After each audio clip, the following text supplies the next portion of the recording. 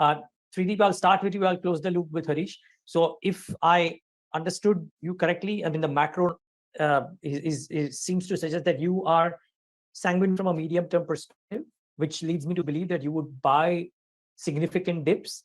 And from our previous conversation, I remember that you guys are a lot more bottom-up than top-down. So in light of that, what are the pockets that you're keeping on the radar should a significant dip come about, or even otherwise? So basically, to sum up, in the near term, we think that it's a relative value market. And in medium term, we are really constructive with regards to absolute value as well. In terms of the areas or the themes that we are bullish on, the first and biggest theme that we are positive on is private sector investment demand. Our portfolios are oriented that way, and we clearly believe that if there are meaningful dips, we'll probably capitalize or look to capitalize on the same. The second is basically we think that the real estate sector is bottoming out. While real estate in terms of listed universe is a small one, the indirect plays is what catches our attention, and we would look forward to kind of buy into the same. Third, we are interested in consumer companies with pricing power. We think that consumer pain, as my fellow colleague mentioned, is not yet done, but companies with pricing power might actually still continue to do well.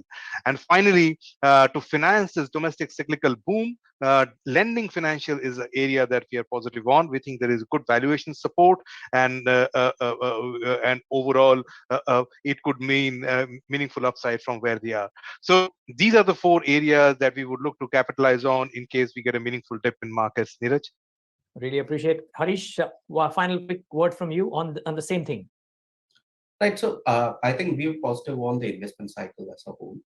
The one area which I think we will get a reasonably large dip and which we would want to buy on that would be the global export team. I think India's share of exports is likely to go up meaningfully. And while there is a definite pain as far as the global engines are concerned, and there will be a fall in global demand clearly, but that will also lead to kind of a pendulum swinging the other way, wherein we would think that valuations come off.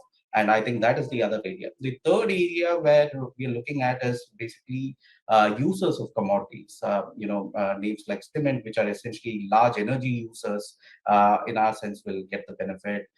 You've got, say, even on the consumer or on the auto side, a reasonably large usage of commodities, and wherever they are well placed, that will be the other area that we would look to buy into. So yeah, those would be the the slightly differentiated pockets that we would be positive on.